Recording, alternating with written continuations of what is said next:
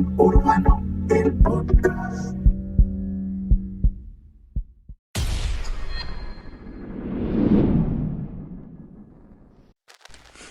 Yo tengo una palabra en la garganta y no la suelto y no me libro de ella aunque me empuje su empellón de sangre. Si la soltase quema el pasto vivo, sangra al cordero, hace caer al pájaro.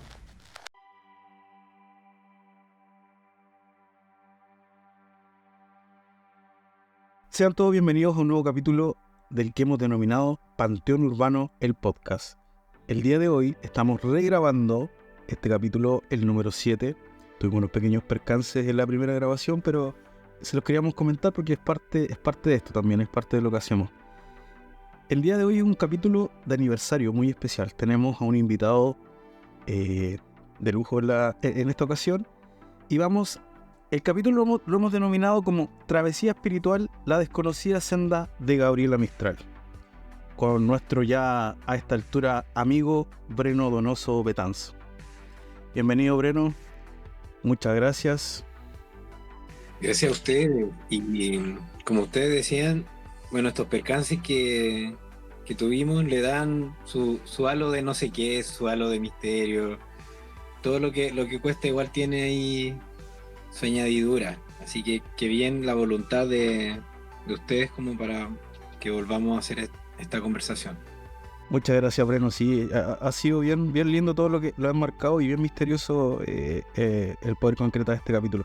Breno, nuestro invitado, es sociólogo, docente, escritor e investigador mistraliano, magíster en comprensión lectora y producción de textos, compilador del libro Los Esplendores, ensayos sobre la espiritualidad de Gabriela Mistral, creador del ciclo de charlas sobre la espiritualidad de Gabriela Mistral. Ya te habíamos dado la bienvenida, Breno. Muchas gracias por asistir nuevamente. Breno, cuéntanos, para empezar, ¿cuál es a qué te dedicas tú? ¿Cuál es tu cómo se llama, tu desempeño profesional? ¿En qué se enfoca tu carrera? Yo siento que es bien ecléctica porque tiene como de las ciencias sociales como de las humanidades. Siempre me ha interesado mucho las letras, la literatura. Entonces, además de haber estudiado sociología, en paralelo asistí continuamente a talleres de poesía, como en la Fundación Neruda, en Balmaceda Arte Joven. Entonces siempre he estado como en ese tránsito, en esta travesía entre la humanidad y las ciencias sociales. Y actualmente estoy doctorando en humanidades aplicadas, pero específicamente desde el año 2018 yo me traslado a Vicuña para comenzar con la investigación de la biblioteca personal de Mistral. Perfecto, Breno. Hay una etapa tuya que fue marcada desde muy niño. Bueno, toda tu vida ha estado bien relacionada con Gabriela Mistral, según tenemos entendido. Pero hay un hito que tú lo comentas en un video, que es lo que te marca y que te conecta con la poeta. Hay un poema ahí entre medio que hace que conectes con ella. Sí, tal cual. A los 17 años leo un poema de Mistral en una antología que me había regalado como una primera compañera en ese tiempo. Y además como que uno siempre está como en ese tiempo con la cabeza por todos lados, el mal de amor, y me llegó mucho, como que por ahí entré. Pero entré sorprendido ante esta estética fantasmal, fantasmagórica, un poco sobrenatural que tenía la poesía de Mistral. Entonces, por ejemplo, este poema es Beber y está en Tala, en uno de sus poemarios, publicado en 1938. Y uno al leerlo al tiro se da cuenta como de ese ambiente fantasmal o sobrenatural, por medio de la memoria, de volver como a la memoria pasada de la poeta. Entonces, no sé, eso siempre me fue llamando la atención hasta que más grande tuve la oportunidad de trasladarme a Vicuña. Pero esto siempre enmarcado en el respeto, en el amor, en el cariño, porque como la misma Mistral decía, solo me halla quien me ama, o sea, quien la comprende cabalmente, es quien realmente establece con ella una relación que va más allá de lo literario, sino que también con el afecto, con el cariño. Claro, es muy linda la relación que tú has gestado con Gabriela Mistral. Bueno, vamos a ir contando más adelante algunas anécdotas que ha tenido Breno a lo largo de su carrera con la poeta. Y queríamos preguntarte, bueno, ya hablamos del cómo se llama, de tu inicio con la conexión con la poeta. Pero ¿dónde radica ya en la vida más adulta? Hay un viaje que tú hiciste que comentaste en uno de tus videos que hace que hubiera una conexión completa con la poeta. Ya, claro, este viaje en 2018 y mochileando hacia Perú, Bolivia, con 500 lucas, así como para un mes, que alcanza súper bien porque allá todo es muy barato. En mi mochila yo llevaba Tala, ¿cierto? El poemario de Mistral publicado en 1938, en el cual ella va a reivindicar las raíces de los pueblos originarios, los andinos, los trasandinos, y esta sincronicidad que se da entre leer esos poemas en Perú, Bolivia, que es de alguna manera donde se marca el Tihuantisuyo, donde ella dice donde nacían los indios, le dio una connotación mayor a esta lectura. Entonces, ante esto yo me convencí finalmente de que Mistral me marcaba de distintas formas, y una de estas era que al leer de manera, yo siento, tan profunda su poesía, podía como quizás realizar una relectura o refrescar un poco lo que se había hecho. Entonces, después de este viaje llego a La Serena, y de ahí, bueno, el bus me dejó en La Serena, yo venía del norte, y tomo un bus hacia Monte Grande, al mausoleo. Y ahí recuerdo haber puesto como mi libreta de anotaciones encima del mausoleo del sepulcro, y diciéndole así como, bueno, ¿qué quieres? ¿Qué te interesa? Como ese fue el ritual, ¿no? Como llegar al mausoleo, a dejar mi libreta ahí y un poco preguntarle que, sobrenaturalmente, ¿no? Como preguntarle qué dimensión de su obra, de su vida, a ella le interesaba o ella quería, ¿cierto? Que saliera más en boga al aire. Y de ahí, durante ese momento, de ahí llego al museo, ahí en Vicuña, tomo otro bus, llego al museo, y comienzo a recorrer el repositorio donde está la exposición, y me encuentro con libros que para mí eran, o sea, yo ya más o menos intuía como esta relación con lo sobrenatural, pero ahí quedó claro que eran libros de Gabriela que trataban sobre ocultismo, esoterismo, alquimia, ¿cierto? Y entre cuyos autores se encontraban Annie Besant, eh, la Blavatsky, Rudolf Steiner. Todo ese grupo de la teosofía estaba muy presente en la biblioteca personal de Mistral. Entonces, de ahí ya fue como, ya, es esto lo que a mí me interesa estudiar, y yo creo que simbólicamente también Gabriela me lo ha hecho saber, ¿no? En esta travesía que tuve de ir al norte, después bajarme a La Serena, entrar al mausoleo, después al museo. Yo sentí que esa la dimensión que había que relevar, porque ya el protofeminismo Mistral y otras dimensiones ya habían sido más estudiadas, pero creo que esta era de interesar en el sentido de que revela una faceta más desconocida de la poeta, y de alguna manera termina de complementar lo que es esta arqueología mistraliana, que se compone de distintas dimensiones, y una de las cuales es esta espiritual, y que quizá es la que corresponde más a su vida privada, pero que es finalmente la que baña, la que permea toda la obra, yo siento, de Mistral. Todo, sea un verso o una prosa, es rica en estos símbolos espirituales, en relevar el mundo sobrenatural.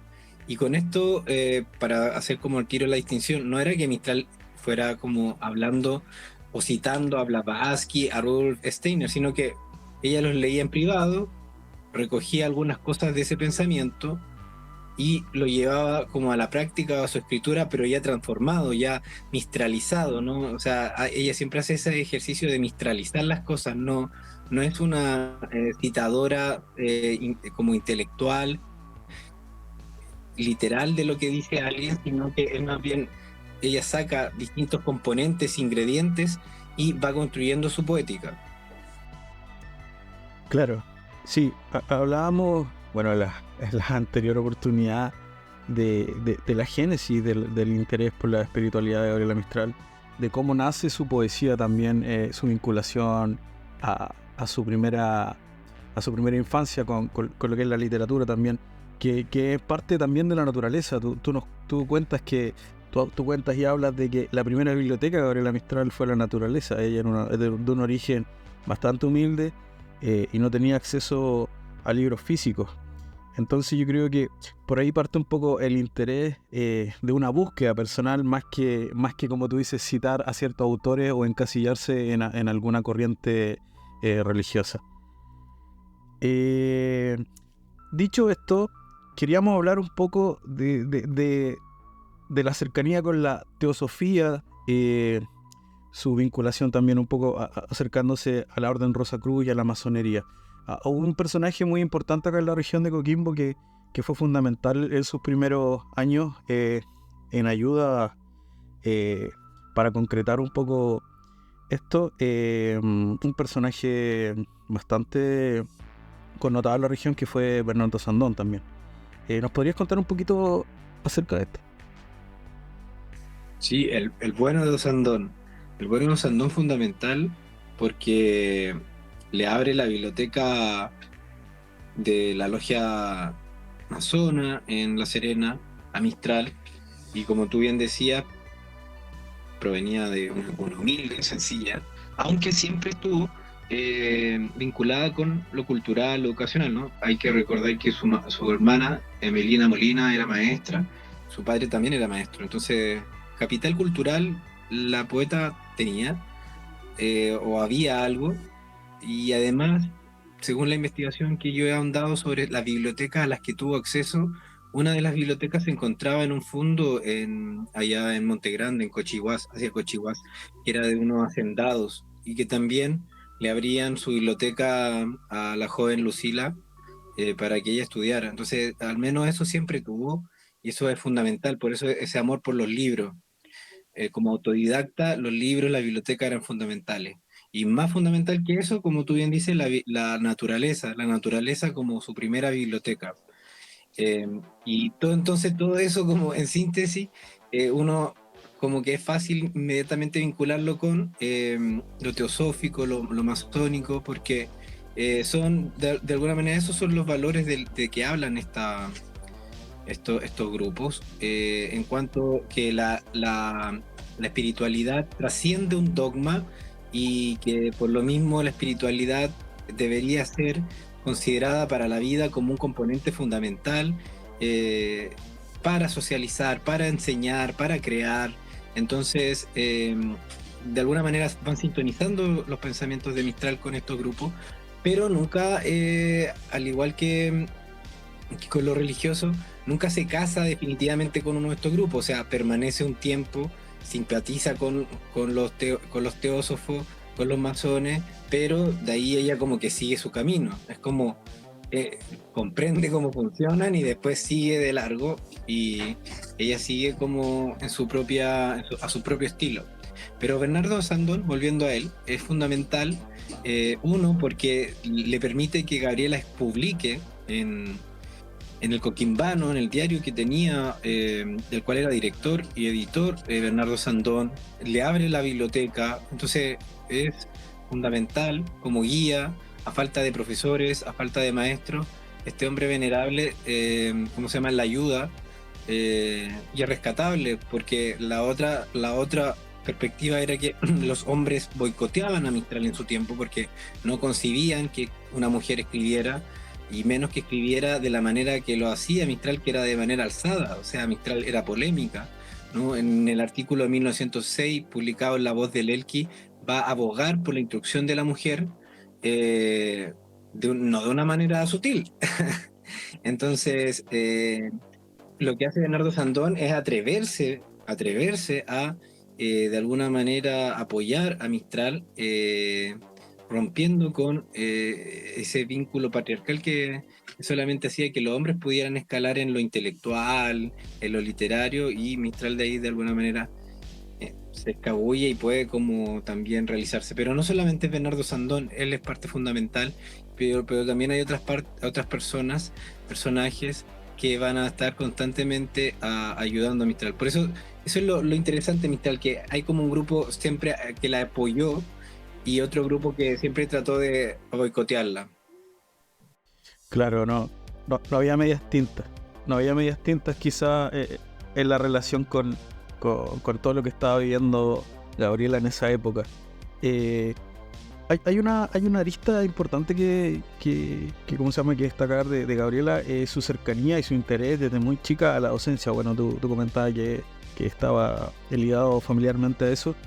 Y en las compañías ella empieza desde muy niña a hacer clases a personas de estratos sociales bajos, obreros que querían instruirse. Hay una parte que a mí me llama mucho la atención, que hablas tú en uno de tus videos, que dices que las clases de Gabriela tenían mucho de esto. No eran solo contenido. Ella hablaba de la vida, hablaba de la naturaleza. Y después, como introducción, después ella seguía con el tema de las materias mismas, lo más estructurado. Pero eso igual le trajo algunos problemas también a Gabriela. Eso, cuéntalo. Claro, completamente. Completamente. Y yo creo que eso es lo más rico del pensamiento pedagógico mistraliano. Si es que podemos hablar de que exista este pensamiento y de que ojalá se pudiera compartir con las comunidades educativas, es lo que tú dices, como lo sensorial, lo experimental. Porque lo que hace ella es invertir las categorías. Es decir, en vez de partir por lo teórico y luego pasar a lo práctico, ella decía, ¿por qué no mejor partir por lo práctico y después nos vamos a lo teórico? De esta manera no aburrimos, o cosas obvias, ¿no? Así como no aburrimos, no cansamos a priori al estudiante, sino que de alguna manera le hacemos entender que lo que va a aprender a la escuela es para que lo pueda llevar a cabo en la vida misma, no está alejado de la vida misma. Entonces esa es la crítica en la que inserta Mistral lo pedagógico. Dice, están haciendo un sistema pedagógico en ese tiempo que solamente reproduce máquinas y que no las enseña para la vida misma, es decir, una sobreespecialización que termina en deshumanización y por lo mismo lejos de todo el componente espiritual. Y lo que ella trata de hacer es conciliar todas esas partes, relevando la importancia de lo experimental, de lo sensorial. Es decir, por ejemplo, en una clase, mejor que hacerla dentro del aula, si están las condiciones, mejor hacerla en el patio, en la plaza, en otra parte que esté en contacto con el exterior, de manera tal que se pueda de alguna manera entender que el pedagógico no está alejado de la vida misma. Eso, y además que le da otra lectura a las lecturas. La lectura ya no es esta típica declamación de memoria que nos hacían hacer como repitiendo como loros, sino que es una lectura colectiva, acompañada. Uno lee un párrafo, otro lee otro párrafo, y el otro no entiende el párrafo, volvemos a él y lo imaginamos de a poco, lo experimentamos, tratamos de ocupar los elementos que están a nuestro alrededor para recrear esa lectura, es decir, siempre de una manera más aplicada, sensorial, experimental. Por lo tanto, lo que ella termina postulando es una escuela espiritualizante y no una escuela intelectualizante. No le interesaba como crear estudiantes que repitieran como loro, sino que estudiantes que estuvieran ricos en existencia de experimentar con las materias, con los elementos de la naturaleza, de compartir con los seres humanos. Y como vamos viendo, todo eso no se aleja del pensamiento, por ejemplo, teosófico o del cristianismo, tiene mucho de eso. Sí, es interesante la visión que tiene Gabriela sobre la pedagogía. Cómo ha incorporado su visión de la vida misma, cómo incorporó ella en la forma de hacer docencia. Es como que si quisiera primero nutrir el alma y después la mente, y eso hace que quizás se cree un ser humano mucho más íntegro. Exacto, eso. Mira qué buena como frase has dicho, como cultivar primero el alma y después cultivar la mente, ¿no? Porque si no, sucede una deshumanización, que es lo que, no es por ponerme agorero, como la típica vieja así como, ¡ay!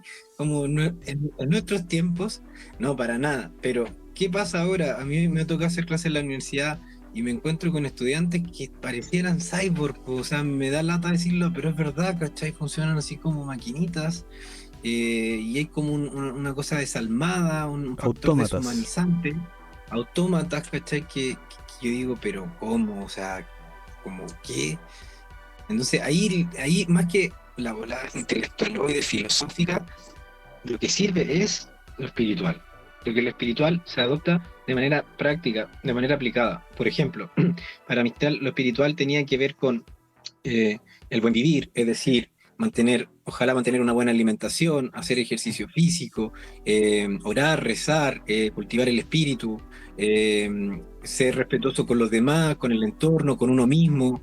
Todos esos componentes finalmente son los que ella propicia desde la espiritualidad. Con esto no quería decir que nos íbamos a encerrar en un cuarto y íbamos a hacer espiritismo, para nada, en absoluto. Estudia todo eso, porque yo puedo dar cuenta, porque leí los libros que leía Mistral, su biblioteca, estudia todo eso, pero no es lo que propugna, por ejemplo, en lo pedagógico, en lo educacional.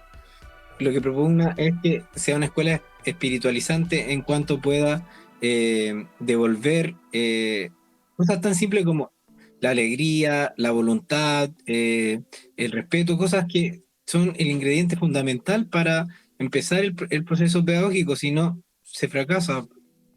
Claro, sí, es verdad el análisis que tú haces, Bruno. Yo creo que en la actualidad está todo enfocado quizá en ser útiles para este sistema en el que vivimos y se deja un poco de lado el desarrollo personal y espiritual. Y cuando uno quizá habla de eso, te miran un poco raro.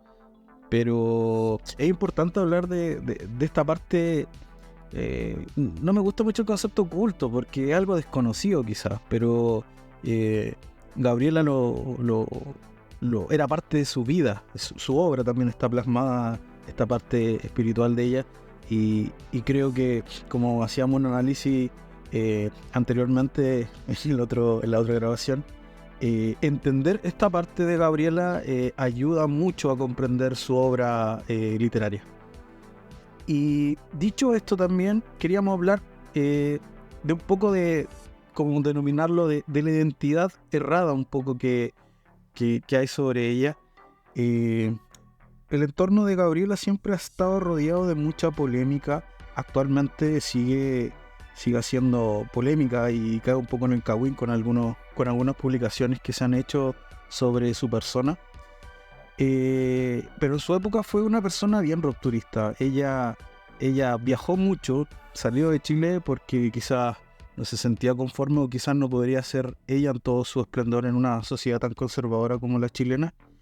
Y queríamos hablar un poco de eso, sobre la identidad quizás un poco errada que ha dejado Gabriela para nosotros.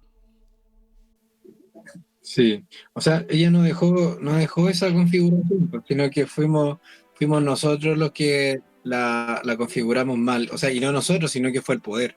Porque al Mistral ser una figura, un personaje de la historia de Chile, fue utilizada su iconología, o sea, su iconografía, toda su obra, de manera vacía. Entonces nos construyeron una ilustre desconocida, como decía Roque Esteban Carpa, una ilustre desconocida que estaba construida en base a puras leyendas, ¿no? Leyendas y mitos, y a los cuales además Mistral pareciera que era muy buena para dejar esos mitos. O sea, no es que ella lo quisiera, pero de alguna manera igual contribuía a que esos mitos persistieran. Pero principalmente esa tergiversación en su figura viene, y lo explica muy bien Soledad Falabella, y Raquel Olea, pero viene muy bien desde la dictadura, ¿no? En la dictadura militar se presenta a una Gabriela Mistral como un ícono de la familia, de la buena familia, de la familia constituida, y ella como la pobre maestra rural que atiende a los niños ajenos y que no tiene sus propios hijos, casi como una monja, así como una monja sacrificial, completamente piadosa. Y eso era una imagen que se construyó en base a, a una parte, como a un 15% del legado de Mistral, porque cuando llegó el otro, por decir así, 75% del legado del año 2007, nos dimos cuenta que no era así, y que tampoco Mistral hubiese querido que quedara esa imagen, ese icono pétreo, serio, como monástico de ella, sino que lo que le interesaba era que trascendiera su obra en cuanto a aplicado al sistema, o sea, que no, en síntesis, como que no la lleva, no estuviéramos toda la vida hablando de su vida, sino que más bien nos enfocáramos en su obra y cómo esa obra puede repercutir en lo pedagógico del siglo XXI. Yo creo que eso era lo que le interesaba y lo que yo me di cuenta estudiando parte del legado, ¿no? Era eso. Pero yo culpabilizo, al igual que Falabella y Olea, a la dictadura militar como este abuso de su uso y abuso de su rostro, de su ícono, de su legado, de mala manera. Pero ahora no, ahora entendemos que Mistral era mucho más compleja, más íntegra, más completa, que era un ser humano como todos, como todas, nada más que con una inmensa voluntad, un ser humano con una inmensa voluntad. Yo por eso la admiro tanto, porque fue una mujer llena de voluntad, de crear, de ayudar, y eso es lo que conmueve y lo que deberíamos enseñar sobre todo Mistral. De que si fue o no madre de Yin, de si fue o no lesbiana, eso es como, yo creo que no interesa, en cuanto que no vamos a tener nunca la respuesta definitiva, porque quedó todo en eso, un poco en el misterio, rodeado de un halo del misterio. Pero sí interesa, por ejemplo, reivindicar lo trasandino, el legado indigenista en la obra, en la poesía de Mistral, el factor espiritual, que nos puede ayudar como un componente para lo educativo, para lo educacional. Yo creo que eso se rescata. Eh, y así todos los gobiernos han hecho uso y abuso de la figura Mistral, todos, todos. Pero siempre mostrándola como esta figura pétrea, ilustre, desconocida, como lejana, y no nada más lejano que aquel imaginario, porque lo que vamos viendo ahora con el legado era una mujer muy dicharachera, muy dichosa, muy chucheta, muy entretenida, misteriosa, las tenía todas, todas, era muy cautivante. Y entendimos también que fue una mujer que en su tiempo llegó a ser más famosa afuera, en el extranjero, que en su propio país. O sea, en el extranjero era tratada como una celebridad. Aparecía en el New York Times, aparecía como en las grandes revistas, porque era una celebridad, era tratada como una celebridad, cosa que a ella no le gustaba mucho, pero aún así era así el respeto y el cariño que se le tenía, se le tributaba en el exterior, en el extranjero. En cambio, acá en Chile sonaba un grillo con los poemas de desolación, sobre todo con los sonetos de la muerte, como esta mujer dolida, trágica, que llora la muerte del hombre. Pero no era eso solamente, era esta mujer íntegra, dichosa y también dolorosa, pero que nos transmite tantas cosas para ahora, para nuestros tiempos, para el siglo XXI, en lo educacional, en lo creativo. Gabriela tuvo que enfrentar muchas trancas quizá a lo largo de su carrera por el mismo quizás machismo de la sociedad que todavía existe, pero hubieron figuras polémicas como Jorge Luis Borges, que se refiere a Gabriela como una persona útil para todo esto del Premio Nobel de Literatura, que habla que no es por mérito propio, sino porque era el típico símbolo, el típico arquetipo de mujer latina, morenita, humilde. Jorge Luis Borges se destaca por su machismo. También tenemos actualmente el libro de Pedro Pablo Seger, que no me quiero detener mucho en eso, pero también queremos mencionar Niña Errante, que un poco desclasifica su vida íntima y generó ahí un poco de morbo y del cagüín que tanto le gusta a la gente, pero el trabajo que haces tú, Breno, es importante porque nos hace entender un poco más lo complejo que era Gabriela Mistral como ser humano, lo profundo y la conexión espiritual que tenía en su obra. Queríamos pasar a la parte que más nos importa. Queríamos pasar que nos comentes acerca de la biblioteca Doris Atkinson. Esta tonelada y media de libros que llegan desde Estados Unidos, más de 850 libros creo que son, los cuales fueron enviados por la albacea de Gabriela Mistral. ¿Cómo llega a Chile? ¿Cómo es la logística? Porque tú nos comentas en tus videos que Gabriela viajaba con esta biblioteca donde ella se desplazaba. Gabriela era una persona bastante transhumante que viajó mucho durante su vida. Cuéntanos un poco sobre esta biblioteca y cómo llegaste tú también a esta biblioteca. Sí, yo creo que ha sido dentro de mi desarrollo profesional, intelectual, lo más lindo que me ha tocado. Y llegué luego de ese viaje que les contaba por Perú, Bolivia, mochileando. Voy al mausoleo, hago como esta dinámica media mística con ella, muy personal, y se me revela de alguna manera que yo digo que se me revela, ¿no? Pero probablemente algo más cognitivo, más científico que yo podría explicar, pero para mí yo prefiero verlo como algo que se me revela.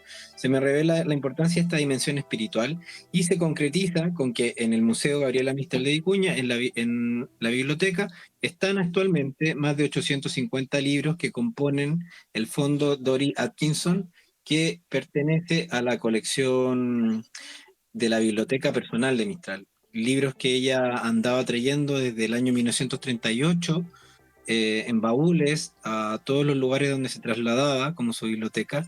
¿Y por qué digo hasta 1938? Porque la biblioteca previa a esta última biblioteca, que es la que está en Vicuña, ella la dona al Barnard College en Estados Unidos, su primera biblioteca, por decir así. Y esa biblioteca, la Barnard College, después la envía, el Barnard College la envía al museo. Entonces ambas colecciones, la biblioteca antigua, por decir así, y la biblioteca última, nueva de Mistral, están en el Museo Gabriela Mistral. La que yo estudié en específica es la Doris Atkinson. Y esta Doris Atkinson está compuesta de 850 libros más o menos, de los cuales más de la mitad son sobre ocultismo, alquimia, la botánica oculta con Paracelso, ¿cierto? Mucho de esos libros que revelaban finalmente que Gabriela estaba fascinada en este mundo espiritual, le interesaba mucho y por lo mismo concuerda con lo que nos decía nuestro poeta Armando Uribe, que decía, además de considerarla maestra, poeta y diplomática, Gabriela Mistral es una mística arde en éxtasis espirituales, y eso es evidente en su poesía. O sea, la manera en que escribe, la manera en que versa, es de una persona que está contorsionada, extasiada por un estado de creación de éxtasis espiritual tremendo. O sea, para mí es eso, no hay otra poesía tan en ese sentido. Y estas lecturas de la biblioteca de alguna manera van construyendo y alimentando esa poética que ella mantiene durante toda su vida. Bueno, me traslado a Vicuña, de ahí vivo 2-3 años mientras investigo la biblioteca. Estos libros estaban todos con marginalias, que son marcaciones en los márgenes de las páginas que escribía Gabriela. Están subrayados, o sea, están vividos por ella. Y en esta lectura, por ejemplo, uno de los que a mí más me interesó ahondar fue en uno que se llama Principios Ocultos de la Sanación y la Curación, de la Fraternidad Rosacruz. Un libro que de cabecera de Mistral, una lectura de cabecera, una lectura recurrente. Y estudiar en profundidad este libro me hizo darme cuenta de esta concepción que ella tenía de ser maestro del profesor, que es sanar, tratar de curar a los demás y también de sanarse uno mismo, ¿no? Y eso me reveló la faceta más humana de Mistral, yo creo, que era entender que más allá del premio Nobel, más allá de cualquier otra cosa, como estaba ante un ser humano que realmente se preocupaba por los demás. Y eso para mí fue muy, muy lindo. ¿Y de qué manera? Por ejemplo, en la marginalia, en estas marcaciones que escribía en los márgenes de las páginas, ella dice, o sea, ella escribe, por ejemplo, mira, esta planta específica que dice Paracelso en su recetario La Botánica Culta puede servirle a Juanita Pérez, que no sé, Juanita Pérez, por ejemplo, una amiga que tenía. O sea, estoy ejemplificando, pero a lo que voy es que había un interés de ella como de sanar, de curar a los demás, de echarlos para arriba y también de ella sanarse y curarse. Entonces, de ahí lo sorprendente de estos principios ocultos de la sanación y la curación, que son de alguna manera en contenido de este libro, escrito por Max Heindel, son cosas que tienen que ver con la astrología, el consumo de ciertas plantas en determinado hito astrológico para conseguir cierta salud, ¿no? Por ejemplo, ocupar el hinojo en un plenilunio. Eso me sorprendió mucho. También tenía libros de espiritismo, otro que se llama Telepatía y Clarividencia, todos llenos de ilustraciones, no eran solo alfabetos, sino, o sea, letras, sino que también muchas ilustraciones que mostraban el aura, que mostraban los chakras, todo lo que actualmente la gente está como fascinada tratando de entenderlo. En ese tiempo estaba muy en boga, ¿no? Estaba la New Age 1920 por ahí, hasta 1960. Y Mistral también lee estos libros y los comenta con amigos, amigas por medio de sus cartas, pero no es como que se abandera con la teosofía, ¿cachai? Tampoco se abandera con el ocultismo, sino que los lee, los entiende, los lleva a su poética y a su práctica, pero no se enmarca, ¿no? No se queda en esto, sino que lo va mistralizando, todo lo mistraliza. Es parte de la búsqueda. Sí, es muy interesante esta biblioteca de la que tú hablas, Fernando, porque hay libros muy controversiales, quizás igual para la época, porque la ciencia no avala estas prácticas o estos saberes, porque no los puede comprobar, quizás de alguna manera con un método científico.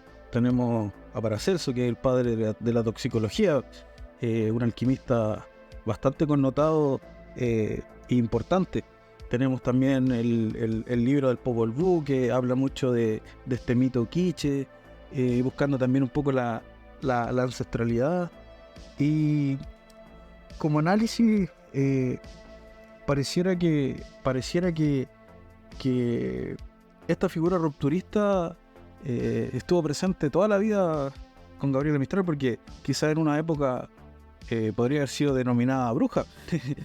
Hubiera estado en la hoguera si hubiera estado en el tiempo de la Inquisición Gabriela Mistral, o quizá una bruja un poco más verde, un poquito ligada al chamanismo, quizás.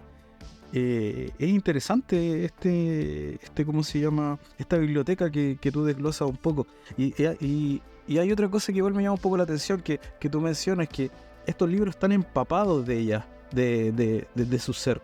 Tú nos cuentas que tú abriste los libros, tuviste el honor de poder revisarlos, y habían pelos canos de ella, habían restos de ¿cómo se llama? De palos de fósforo. Eran libros de una manufactura bastante humilde, como refleja igual un poco la austeridad de Gabriela en su estética también, y en su forma de vivir. Es muy interesante esta biblioteca, y que nos puedas comentar qué la compone. Completamente, es fascinante, pues sí es fascinante, porque cuando uno se pregunta qué leyó determinado poeta o qué leyó, es finalmente su cocina creativa, su laboratorio creativo, ¿no? De ahí sacar los componentes, los elementos para su propia creación y para darles también su propio sello, que era lo que hacía Mistral. Todo lo que leía o estudiaba, ella le entregaba su propio sello. Fue sorprendente. También, por ejemplo, contarle un episodio que fue muy hermoso durante la investigación que tuve en el museo, eh, que las pueden interpretar de la manera que deseen, pero yo siento que está cruzada por un componente espiritual muy fuerte y de alguna manera que fue todo esto que estaba leyendo, de alguna manera se manifestó. Uno al finalmente no solamente está trabajando con libros, sino también con las energías que tienen esos libros, que habían sido tomados, leídos por Mistral, y además que son libros sobre temas que hablan sobre lo sobrenatural. Entonces está ese componente. El suceso fue que yo estando en la biblioteca, llega Miguel Ángel Padilla, un chamán de Valle del Elqui, amigo de en ese tiempo la encargada de la biblioteca, Paola Córdoba, y me mira, yo estaba en un mesón leyendo, ¿cierto? Tomando todas las precauciones, porque para tomar estos libros hay que hacer una solicitud a la directora del museo, tener un equipamiento para poder tener acceso a ello. La cosa es que yo ya estaba instalado, llega este chamán y solamente me mira, luego le dice a Paola que si puede salir conmigo al patio, donde hay una palmera grande. Nos pusimos debajo de esa palmera, él reza un mantra y luego entramos nuevamente a la biblioteca y ahí recién me dirige la palabra. Yo a él no lo conocía de antes, me lo presentó en ese momento Paola Córdoba y él ahí en ese momento después me habla y me dice, mira, desde el astral, desde el mundo astral, Mistral se contacta contigo y autoriza, da una venia para que tú hagas tu investigación, a ella le parece adecuado, ¿cierto? Y te ve a ti, desde el astral, como a un Jinjin continuador de su legado, de su obra, o sea, para ponerla en valor su obra. Y yo como que no entendí muy bien, quizá como me pareció un poco raro lo que estaba diciéndome, pero después, cuando volví a sentarme y a leer, me cayó, como se dice, la teja y entendí mejor a lo que se estaba refiriendo, que era lo mismo que yo estaba leyendo en los libros prácticamente. Eh, y fue muy bello eso. Además que estaba leyendo especialmente en ese momento un libro de Rudolf Steiner eh, y en la contratapa del libro Gabriela había escrito de puño y letra la mano de Jean en la mía. Y en ese momento yo sentí como un remesón así, fue como ya, así como ¿qué onda tanta sintonía y sincronicidad, ¿cachai? Era como este chamán que apareció, de no sé dónde, el libro que se había caído, el libro que yo estaba leyendo, que dice eso, la mano de Jean en la mía, no sé de dónde sacó Miguel Ángel, este chamán, de que Gabriela me veía desde el astral como un Jean continuador, pero al final y al cabo lo tomé con el mayor respeto y entendí que quizás es así, que era así, y me sentí honrado, me siento honrado hasta ahora, de hecho, en parte de mi carrera profesional, intelectual, se la debo al estudio de la vida obra de Mistral, entonces, no sé, todas las sincronías han estado muy bien y eso me da como el entusiasmo suficiente para seguir adelante y seguir promoviendo su legado, no complejizándolo, sino que divulgándolo y transmitiendo lo más lindo de este legado que es la ternura, el amor por las criaturas, por la flora, la fauna, el respeto, ojalá entre todos y todas. eh, y eso, finalmente, lo que leyó la maestra Mistral fue para que de alguna manera nos llegara a nosotros nuestro tiempo y saquemos las mejores lecciones de esa lectura. Y es impresionante la cantidad de sincronicidades que se han dado de la figura de Gabriela Mistral con el trabajo de Breno y son cosas que siguen pasando y van a seguir pasando. Breno, tampoco ha sido quizás casualidad que no hayamos topado y cruzado por ahí y podamos llegar a concretar una grabación de un capítulo contigo. Oye, y podrías contarle igual. No sé si es posible, pero yo creo que a los oyentes, a las oyentes del Panteón Urbano les puede interesar debido a la sincronicidad de eso. Sí, yo voy a cometer una infidencia porque nosotros acá, como ya habrán visto, usamos seudónimo. Yo soy Baltasar Peña, pero en mi día a día yo me desempeño como Uber. Trabajo por el momento a tiempo completo en eso. Y un día X, tomo a un joven acá en Cuatro Esquinas con la ruta 5 y me dice, vamos a las compañías.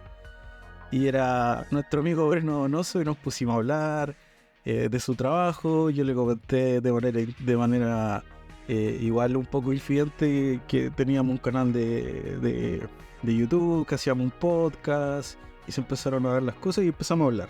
Y lo dejé invitado, cambiamos número y acá estamos grabando un capítulo de podcast. Han pasado otras cosas igual que igual han hecho que este capítulo sea bien interesante y más sabroso. Estamos igual a puertas el día 10 a cumplir 78 años de que se le fue otorgado el Premio Nobel de Literatura a la poeta. Y han pasado cosas bien lindas en torno a la figura de Gabriela. Por eso te sigo agradeciendo por poder concretar esto. Y queremos pasar a otra parte también que es muy importante, que queremos hablar y que nos cuentes en honor al tiempo, porque ya nos queda poquito, sobre tu libro, sobre los esplendores. ¿Qué es Los Esplendores? Los Esplendores lleva por título a el séptimo sefirot de la Kabbalah, que habla del acercamiento del discípulo al maestro. Es un libro que publicamos el año pasado, el 2022, junto a un grupo de colegas, de compañeros que también investigan a Mistral desde distintas perspectivas, la espiritualidad. Ahí está Camila Muñoz, Nelson Santibáñez, Juan Navarrete, y yo como compilador y también aportando con un ensayo. Este libro reúne estas investigaciones y tiene el nombre que se debe a le pusimos ese nombre porque Los Esplendores es dentro de la Kabbalah, en el séptimo sefirot, el paso que hace el discípulo para que el maestro siga vivo espiritualmente, ¿no? Muere porque el maestro está muerto de manera física, entonces uno como discípulo de ese maestro tiene que seguir hablando de él para que éste siga vivo espiritualmente. Entonces eso es más o menos lo que nosotros hemos hecho y lo que seguiremos haciendo, o lo que yo al menos seguiré haciendo con Mistral, hablar de ella infinitamente, desde la ternura, desde la admiración y el cariño, para que ella siga viva en lo espiritual, para que se siga entendiendo mejor, se siga compartiendo mejor. Entonces ahí va más o menos por eso el nombre de Los Esplendores. Estos esplendores que son luces que envía el maestro, en este caso la maestra Mistral, para que exista claridad en torno de su obra y de su legado, y así no se tergiverse nunca más o se reduzca a un solo polo, una mujer que reunió más de un polo, que fue ecléctica, camaleónica, y que por lo mismo es el compromiso por Los Esplendores, es arrojar luces sobre la oscuridad para que no se tergiverse la figura, la vida, la obra de Mistral, y así ella pueda seguir viva en el plano espiritual. Importante trabajo el que está haciendo Breno Donoso junto al equipo de Esplendores. Como nos habíamos hablado en la grabación anterior, o una reflexión que me salió un poco del alma, de decir que quizás el misticismo que hay detrás de la figura de la maestra, de la poeta, que ha sido un poco dispersa por el mundo como si fueran horrocruces, haciendo quizás una cita a una película por ahí. Ir armando un poco esta figura que tiene un halo de misterio encima, es importante, y muy agradecido de poder contar contigo en este capítulo, y preguntarte y decirte muchas gracias, que lo sigas haciendo, que cuentes con nosotros para lo que necesites. Panteón Urbano también está en esa búsqueda y tratando de dejar un legado.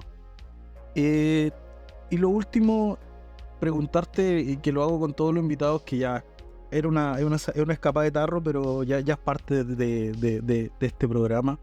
Si tuviéramos que enterrar un mensaje y no sé, descubrirlo 500 años después, para las personas que vienen, ¿cuál es el mensaje que dejaría Breno Donoso para las generaciones futuras?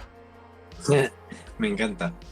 El mensaje es que este panteón que es, no sé, la sociedad, lo patrimonial, lo cultural, lo artístico, no muera en la ruina, en el musgo, sino que recobre vida. Y por lo mismo el llamado es que a esas generaciones futuras se interesen por la humanidad, sigan estudiando literatura, sigan estudiando historia, sigan estudiando las demás disciplinas relacionadas, porque estas disciplinas nos entregan los componentes para que no nos volvamos unos desalmados, unos espiritualizados, y nos dan las herramientas para comprender mejor el presente y el futuro. Entonces, por eso lo quise como graficar en el panteón, este panteón urbano, este panteón en el cual todas y todos vivimos, que no hace referencia solamente a un cementerio, sino que a nuestra sociedad en sí. Ojalá que no se quede la ruina en el musgo, anquilosada, sino que sea puesta en valor por las demás generaciones desde el estudio de las distintas disciplinas que conjugan el humanismo, las ciencias sociales, o teosófica, o teológica, en fin, pero que estudian el espíritu humano, que no cese esa inquietud, porque va a ser cada vez más necesario. Muchas gracias, Breno, por esa reflexión y asociarlo a lo que estamos haciendo. Muy agradecido. Me felicito porque estoy viendo el trabajo que hacen, así que cuenten conmigo, con la difusión, con todo lo que necesiten. Creo que es tremendo el trabajo, porque es desinteresado, y además aúna voluntades que ponen a trabajar por un objetivo tan noble como poner en valor facetas ocultas de los personajes históricos o lugares patrimoniales. No sé, es tremendo el trabajo que hacen, así que nada más que felicitarlos y enviarles la mejor energía. Muchas gracias. Y sí, nosotros igual. Muchas gracias, Breno. Es mutuo el sentir, y a seguir trabajando. Quizás vamos a seguir haciendo cosas. Breno va a estar publicando. Tiene publicado un artículo en nuestra revista Lápida, próximamente a lanzarse. Sí, yo la quiero. Sí, la va a tener, no te preocupes. Vamos al momento de ya ir terminando este capítulo. Vamos a hacer los agradecimientos acá al invitado, a Breno Donoso. También queremos agradecer al estudio S Record, que en este momento nos encontramos acá. Mandarle un saludo igual a Cubo Record, que está con problemas ahí técnicos y no pudimos estar con ellos. En este momento estamos en S Record, con nuestro amigo acá que nos facilitó el espacio para poder grabar. Y queremos también enviar saludos a nuestros canales amigos: Pueblos Fantasma, Cementerio Inglés, Chile Dimensión Paranormal, Almanautas Aricas, Ni Tan Culto Podcast, Fragmentos de una Bruja, Sombras Paranormales, Walve Literatura, Hablemos de Misterio y Bitácora de la Noche. También los dejamos invitados a unirse a nuestro canal de difusión de WhatsApp. El link lo pueden encontrar en la biografía de nuestro Instagram, Panteón-Urbano, y sigan nuestras redes sociales.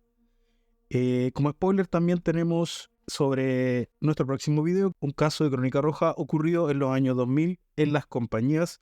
Dejarlo invitado a adquirir la revista, que está próxima a hacer su lanzamiento a mediados de diciembre, donde va a estar publicando un artículo nuestro amigo Breno Donoso. Eso es, muchas gracias, amigos. Esto ha sido Panteón Urbano, el podcast. Si quieres escuchar el episodio 6 de nuestro podcast, haz clic en el siguiente recuadro. Y volver a mi casa, entrar, dormirme, cortada de ella, rebanada de ella, y despertar después de 2000 días recién nacida de sueño y olvido.